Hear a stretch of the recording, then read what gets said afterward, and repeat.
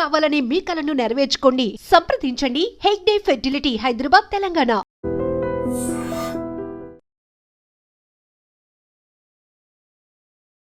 భూకంపం ఈ మాట వింటేనే భయపడిపోయే సిచ్యువేషన్కి వచ్చినాం. ఎందుకంటే మొన్న మయన్మార్లో జరిగిన ఇన్సిడెంట్ని ఎవరు మర్చిపోలేదు. మయన్మార్ ఒక్కటే కాదు, ఆ తర్వాత ఈ భూకంపం డెఫినెట్లీ ఇంకో ప్రాంతాన్ని హిట్ చేయబోతోంది. దీనికంటే చాలా ఎక్కువగా తీవ్రతతోని మరో పెద్ద భూకంపం రాబోతోంది అని శాస్త్రవేత్తలే చెప్తున్న సిచ్యువేషన్ అయితే కనిపిస్తోంది. సో మయన్మార్లో సంభవించిన భూకంపం ప్రజల్ని భయాందోళనకు గురి చేసింది. మనందరికీ తెలిసిందే. ఇగో ఇట్లా మొత్తం షేక్ చేసిన పరిస్థితి. ఈ వీడియో అయితే చాలా వైరల్గా మారిపోయింది. ఇది యాక్చువల్లీ ఒక హాస్పిటల్లో చిన్న పిల్లలు, అప్పుడే పుట్టిన పిల్లలు, నర్సెస్ ఎట్లా కాపాడుతున్నారు భూకంపం వచ్చినా ప్రాణాలకు తెగించి అనేది ఈ వీడియో. నిజంగా హ్యాట్స్ ఆఫ్ వీళ్ళందరికీ కూడా. సో ఇది ఇప్పటికే వేలాది మంది ప్రాణాలని బలి తీసుకుంది. మరికొందరు తీవ్రంగా గాయపడి బాధపడుతున్నారు. ఈ భూకంప తీవ్రత రెక్టర్ స్కేల్ మీద 7.7గా నమోదైంది. రికార్డుల ప్రకారం తీవ్రత పరంగా అతిపెద్ద భూకంపమే ఇది. 1960లో చిలీలోని వాల్దివియాలో సంభవించింది ఇట్లాంటిదే. కానీ ఈ భూకంపం అక్కడితో ఆగదని శాస్త్రవేత్తలు హెచ్చరిస్తున్నారు. రాత్రి నిశ్శబ్దంలో భూమి అకస్మాత్తుగా పేలిపోయి అన్నిటినీ నాశనం చేస్తుందని అంటున్నారు. హిమాలయాల్లో మరో వినాశకరమైన భూకంపం సంభవించొచ్చు.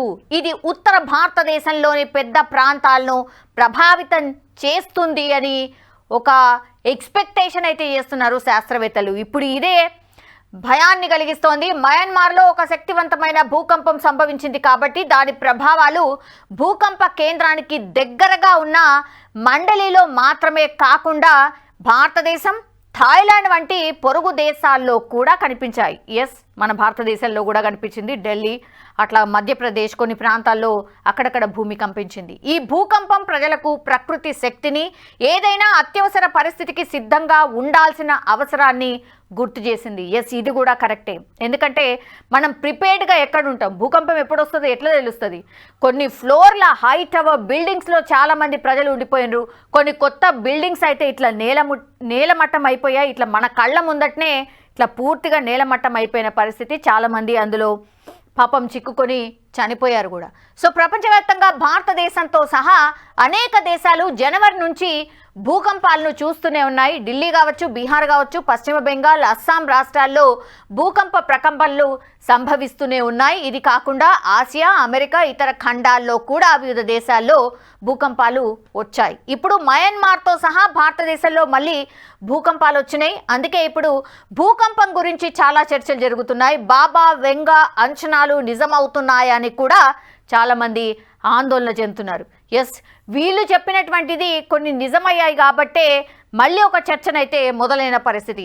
డిసెంబర్ 26, 2004న హిందూ మహాసముద్రంలో సంభవించిన భూకంపం భారీ సునామీ తరంగాలను సృష్టించి భారతదేశంతో సహా అనేక దేశాల్లో 2 లక్షల మందికి పైగా చనిపోయారు 2004లో. ఈ భూకంపం తీవ్రత రెక్టర్ స్కేల్ మీద 9.2, 9.3 మధ్య ఉండింది.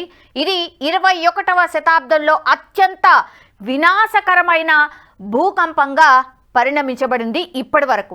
సో అతిపెద్ద భూకంపం వస్తోంది, కానీ ఎప్పుడు? ఎగైన్ హెచ్చరిక వస్తోంది, అతిపెద్ద భూకంపం సంభవించబోతోంది. అది ఎప్పుడు అనే చర్చ ఇప్పుడు స్టార్ట్ అయింది. శాస్త్రవేత్తలు కూడా అదే చెప్తున్నారు. భూకంపం అతిపెద్దది రాబోతోంది. ఏది 2004లో ఏదైతే 9.2, 9.3 మధ్య ఏదైతే రెక్టర్ స్కేల్ మీద నమోదైందో అట్లాంటిదే అతిపెద్ద భూకంపం రాబోతోంది అని శాస్త్రవేత్తలు ఎక్స్పెక్ట్ చేస్తున్నారు. కానీ ఎప్పుడు? ఒక పెద్ద తుఫాన్ మనల్ని తాకుతుందని భూ విజ్ఞాన శాస్త్రవేత్తలు ఖచ్చితంగా అనుకుంటున్నారు. కానీ అది ఎప్పుడు జరుగుతుందనే దానిపై ఏకాభిప్రాయం లేదు. ఒరెగాన్ స్టేట్ యూనివర్సిటీకి చెందిన క్రిస్ గోల్డ్ఫింగర్, అతని సహచరులు 2060 నాటికి ఈ ప్రమాద ప్రాంతాల్లో వినాశకరమైన భూకంపం సంభవించే అవకాశం ఉంది. అది 37% దీని ప్రాబబిలిటీ ఉంది అని హెచ్చరిస్తున్నారు. హిమాలయాల్లో మరింత వినాశకరమైన భూకంపం తాకొచ్చు అని కూడా ఎక్స్పెక్ట్ చేస్తున్నారు. దీని ప్రభావంతో చండీగఢ్, ఢిల్లీ వంటి జనసాంద్రత కలిగిన నగరాలు, పొరుగున ఉన్న నేపాల్తో సహా ఉత్తర భారతదేశంలోని పెద్ద ప్రాంతాలపై పడొచ్చు అని ఎక్స్పెక్ట్ చేస్తూ ఉన్నారు. ఈ భూకంపం వల్ల సంభవించిన ప్రాణ నష్టం ఒక పెద్ద భూకంపం వల్ల సంభవించిన దానికంటే ఎక్కువ ఉంటుంది. దీనికి సంబంధించి స్పష్టమైన తేదీలు అందుబాటులో లేవు. ఇంత టెక్నాలజీ వచ్చింది, ఇంత టెక్నాలజీ పరంగా మనం చాలా డెవలప్ అయ్యాం, చాలా అక్యురేట్గా మనకి ఇన్ఫర్మేషన్ వస్తుంది అని చెప్పినప్పటికీ కూడా భూకంపాలు ఎక్కడ రావచ్చు, ఎప్పుడు రావచ్చు అనేది కూడా ఇప్పటికీ మనం తెలుసుకోలేకపోతున్నాం. సో ఫిలిప్పీన్స్లోని లుజోన్ ప్రాంతంలో మారికెనా వ్యాలీ ఫాల్ట్ సిస్టమ్ అనేది ఒక పెద్ద భూకంపాన్ని ఎదుర్కొనే మరో ప్రాంతంగా చెప్తున్నారు. దాదాపు 3000 చదరపు కిలోమీటర్ల జనసాంద్రత కలిగినటువంటి ప్రాంతం ఇది. ఇందులో రాజధాని మనీలా కూడా ఉంది. ఈ ప్రాంతంలో రెక్టర్ స్కేల్పై 7 తీవ్రతతో భూకంపం సంభవించవచ్చు. దీనివల్ల మృతుల సంఖ్య 1,00,000 దాటొచ్చని నిపుణులు చెప్తున్నారు. ఫిలిప్పీన్స్లో ప్రాబబిలిటీ ఎక్కువగా ఉంది. ఫిలిప్పీన్స్లో నెక్స్ట్ అతిపెద్ద భూకంపం రావచ్చు అని ఎక్స్పెక్ట్ చేస్తున్న పరిస్థితి అయితే కనిపిస్తోంది. ఇప్పుడు కేంద్ర సర్కార్ కూడా పూర్తిగా అలర్ట్ అయిపోయింది. ఈ భూకంప తీవ్రత చాలా ఎక్కువగా ఫ్రీక్వెంట్గా వస్తున్నాయి జనవరి నుంచి కూడా. సో అసలు ఏంటి అనేది ఒక కమిటీ వేసుకొని దాని మీద పూర్తి ఒక నివేదిక తయారు చేసిన తర్వాత కేంద్రానికి అందజేశారు శాస్త్రవేత్తలు. అందులో మనకు జోన్ల వైజ్గా ఈ భూకంపాలు ఎక్కడెక్కడ ఎంత తీవ్రతతో ఉంటాయి అనేది జోన్స్ లాగా విభజించి చెప్పడం అయితే జరిగింది. ఆ జోన్స్ మనకి ఇప్పటి వరకు 5 జోన్లుగా ఉన్నాయి. అవి ఇప్పుడు 6 జోన్లుగా మారబోతున్నట్టుగా చెప్తున్నారు. సో అవి ఏంటి తెలుసుకునే ప్రయత్నం చేద్దాం. బికాస్ ఇప్పుడు దేశంలో భూకంప జోన్లు మారుతున్నాయి. ప్రస్తుతం 5 జోన్లుగా ఉండే వాటి సంఖ్య 6కు పెరగబోతోంది. 1962లో తొలిసారి జియోలాజికల్ సర్వే ఆఫ్ ఇండియా 5 జోన్లను ఏర్పాటు చేసింది. భారత ప్రమాణాల బ్యూరో BIS 1970, 1984లో కొన్ని మార్పులు చేసి జోన్ల పరిధిలోని ప్రాంతాల్ని మార్చింది. 2002లో IS 1893 2002 పేరుతో వాటిని అభివృద్ధి చేసింది. అప్పటి నుంచి భూమి లోపల ఫలకాల కదలికలో వేగం పెరుగుతూ ఎన్నో మార్పులు జరిగినాయి. ఈ నేపథ్యంలో భూభౌతిక శాస్త్రవేత్తలు కావచ్చు, జియోలాజికల్ సర్వే ఆఫ్ ఇండియా నిపుణులు కావచ్చు, భూకంపాల పరిశోధకులు కావచ్చు, BIS అధికారులతో కొత్త జోన్ల ఏర్పాటుకు కేంద్ర ప్రభుత్వం ఓ కమిటీని నియమించింది. ఆ కమిటీ పలు భేటీల తర్వాత ప్రస్తుతం ఉన్న 5 జోన్లను 6గా మార్చాలని ఒక నిర్ణయం అయితే తీసుకుంది. ఇది ఎప్పటి నుంచి ఇంప్లిమెంట్ అవుతుందంటే 2 నెలల్లోనే కొత్త జోన్లను కేంద్ర సర్కార్ ప్రకటించబోతోంది. సో ప్రస్తుతం ఉన్నటువంటి జోన్లు రోమన్ నంబర్స్లో ఉన్నాయి. జోన్ 5లో అత్యంత ప్రమాదకరమైన భూకంపాలు సంభవించే ప్రాంతాలు, జోన్ 2లో అత్యల్ప ప్రభావం అంటే చాలా తక్కువ ప్రభావం ఉండే ప్రాంతాలు. కొత్త జోన్లకు ఇదే విధంగా రోమన్ నంబర్లను వాడాలా, పాత కొత్త మధ్య అయోమయాన్ని తొలగించేందుకు ఆంగ్ల వర్ణమాలలు అంటే ABCDEFలను వాడాలా అనే దానిపై ఇప్పుడు చర్చ అయితే జరుగుతున్న పరిస్థితి అయితే కనిపిస్తోంది. సో జోన్ల వారీగా ఒక్కసారి చూద్దాం. 5వ జోన్లో ఏవేవి ఉన్నాయి, ఏ స్టేట్స్ ఉన్నాయి ఒక్కసారి చూద్దాం. 5వ జోన్ పాత 5వ జోన్లో భూగర్భ ఫలకాల యాక్సిలరేషన్ 0.36Gగా ఉండేది. కొత్త జోన్ 5లో ఈ వేగం 0.333Gగా ఉన్నట్టు సమాచారం. దిగువ హిమాలయ ప్రాంతాల్లోని గంగా మైదానాలు కొంతవరకు 5వ జోన్లోకి వస్తాయి. ఇక్కడ కూడా రివర్స్ స్ట్రైట్ స్లిప్ ఫాల్స్ ఉన్న వాటి యాక్సిలరేషన్ తక్కువగా ఉంటుంది. రాజస్థాన్, పంజాబ్, ఢిల్లీ, ఉత్తరప్రదేశ్, బీహార్, పశ్చిమ బెంగాల్, గుజరాత్ రాష్ట్రాల్లోని కొన్ని ప్రాంతాల్లో ఈ జోన్లు ఉంటాయి. 0.233 గ్రావిటీ ఉండే ప్రాంతాలను జోన్ 4లో చేర్చారు. ఇక్కడ భూకంపాలు వచ్చినా కూడా తీవ్రత తక్కువగా ఉంటుంది. ఈ జాబితాలో న్యూఢిల్లీ, NCR ఢిల్లీ, పాట్నా, కోల్కతా నగరాలు ఉన్నాయి. జోన్ 3లో ఏమున్నాయి? జోన్ 3లో లక్నో, పాట్నాలోని కొన్ని ప్రాంతాలు, రాంచీ, భువనేశ్వర్, డామన్, ముంబై, ఏపీలోని అమరావతి, చెన్నై, పుదుచ్చేరి ఉన్నాయి. ఈ ప్రాంతాల్లో భూకంపాల తీవ్రత తక్కువగా ఉంటుందని నిపుణులు చెప్తున్నారు.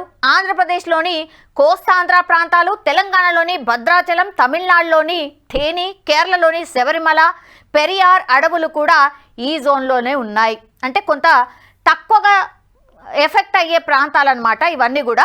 జోన్ 2లో తెలంగాణ ఉంది. మన తెలంగాణ ఎక్కడ ఉంది అంటే జోన్ 2లో ఉంది. తెలంగాణ రాష్ట్రంలో ఒక్క భద్రాచలం మినహా మిగతా ప్రాంతాలన్నీ గత జోన్లో మాదిరిగానే జోన్ 2లో ఉన్నాయి. ఇక్కడ భూగర్భంలో ఫలకం కదలిక కేవలం 0.07 గ్రావిటీతో ఉంటుంది. ఈ కారణంగా పెద్దగా ఆస్తి కానీ ప్రాణ నష్టం ఉండవని శాస్త్రవేత్తలు చెప్తున్నారు. ఆంధ్రప్రదేశ్లోని రాయలసీమ, ఉత్తరాంధ్ర, కర్ణాటకలోని 99% ప్రాంతాలు, కేరళలోని గురువాయూర్ ఈ జోన్లోనే ఉన్నాయి. చాలా తక్కువగా ప్రాణ అండ్ ఆస్తి నష్టం ఉన్నటువంటి ప్రాంతాల్లో ఇవన్నీ కూడా ఉన్నాయి. సో భూకంపం వచ్చినా కూడా పెద్దగా ఎఫెక్ట్ చూపని ప్రాంతాల్లో మన తెలంగాణ అయితే ఉంది. సో ఇట్లా జోన్ల వారీగా ఇవన్నీ విభజించారు కాబట్టి ఇప్పుడు 5 జోన్లుగా ఉన్నటువంటి భూకంప తీవ్రత ఎక్కడెక్కడైతే ఉంటుంది, డేంజర్ జోన్లో ఏవి ఉన్నాయి అనేది ఇప్పటి వరకు 5 జోన్లుగా విభజించుకొని ఇక్కడ ఎఫెక్ట్ ఉండొచ్చు, ఇక్కడ ఎఫెక్ట్ ఉండొచ్చు అనుకున్నారు. ఇప్పుడు దాన్ని 6గా చేయబోతున్నారు. 6 జోన్లుగా విభజించుకొని ఆ తర్వాత భూకంపం సంభవిస్తే మేబీ ఇక్కడ ఎక్కువ ఉండొచ్చు, ఇక్కడ కొంత మైల్డ్గా ఉండొచ్చు. ఇట్లా వాటిని అంచనా వేసుకొని దానికి తగ్గట్టుగా ప్రిపేర్డ్నెస్గా ఇప్పుడు కేంద్ర సర్కార్ ఒక ప్లాన్ అయితే సిద్ధం చేసినట్టుగా కనిపిస్తోంది. సో భూకంపాలు సంభవించే అవకాశం చాలా చాలా ఎక్కువ ఉన్నాయి అని చెప్పి శాస్త్రవేత్తలు చెప్తున్న నేపథ్యంలో ఇప్పుడు కేంద్ర సర్కార్ కూడా దానికి సంబంధించే పూర్తిగా ప్రిపేర్డ్నెస్గా ఒక ప్లాన్ ప్రకారం ముందుకు వెళ్ళినట్టుగా మనకైతే అర్థమవుతోంది. 5 జోన్లుగా ఉండే ఇప్పుడు 6 జోన్లుగా చేసి యాక్షన్ ప్లాన్ సిద్ధంగా ఉంచాలి అనేటువంటిది నిపుణుల సలహాతో కేంద్రం కూడా ముందుకు కదిలిన పరిస్థితి అయితే కనిపిస్తోంది. సో భూకంపాలు ఎప్పుడు ఎక్కడ వస్తాయో, ఇంకా కూడా ఎగ్జాక్ట్ ఎక్కడ వస్తుంది అనేది కూడా మనకి ఇంత టెక్నాలజీ అందుబాటులో వచ్చినా తెలుసుకోలేకపోతున్నాం. ఒకవేళ వచ్చినా సరే ఎట్లా ఇంపాక్ట్ అవుతుంది, ఎంత తొందరగా దాని రియాక్షన్ ఉంటుంది, మనం ఎట్లా ప్రిపేర్డ్గా ఉండాలి అనేది కూడా దానికోసమే ఇదంతా కసరత్తు చేసినట్టుగా మనకైతే స్పష్టంగా అర్థమవుతోంది.